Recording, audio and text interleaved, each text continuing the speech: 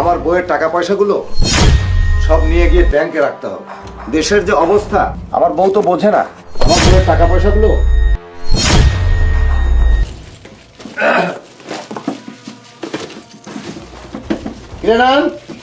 তুই এখানে কি করছিস?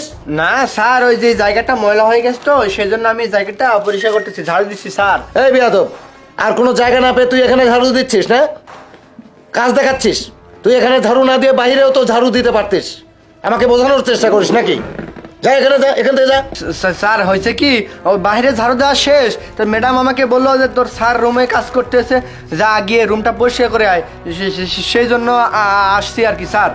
দেখ, আমি একটু জরুরি কাজে বাইরে যাচ্ছি। খবরদার, এই যে বক্সটা আছে না, একটু হাত দিবি না। যদি হাত দিস তাহলে কিন্তু সমস্যা আছে। আমি আসছি, দেখে রাখবি, এই বক্সটি দেখে রাখবি।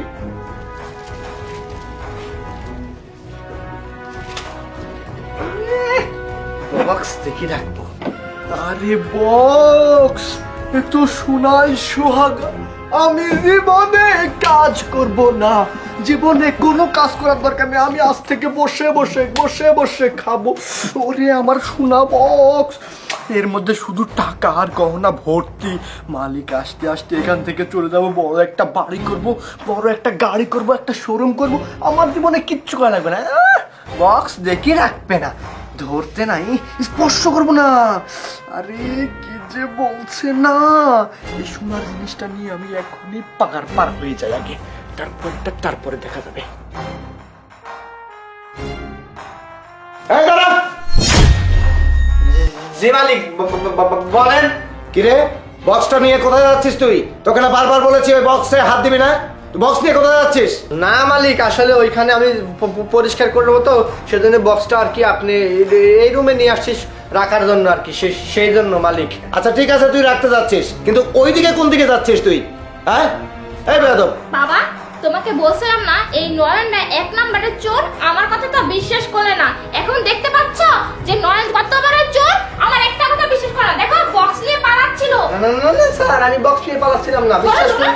ম্যাডাম মিথ্যা কথা বলতেছে, ম্যাডাম মিথ্যা কথা বলতেছে। এই হারামির বাচ্চা, আমি প্রথমেই তোকে সন্দেহ করেছি তুই চোর।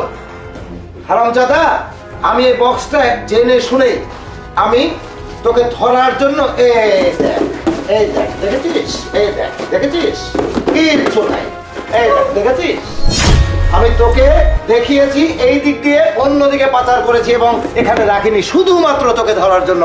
আর তুই যে এত বড় চোর আমার সন্দেহ হয়েছিল, কিন্তু আমি তোকে ধরার জন্য এই প্ল্যান আমি বের করেছি। বের হ, বের হ, বের হ, বের হ। দেখছো বাবা, কত বড় চোরকে বাড়িতে রাখছো, আমাদের যে কোন টাইমে ক্ষতিও করে দিত। চলো। আচ্ছা ঠিক আছে মা, চলো।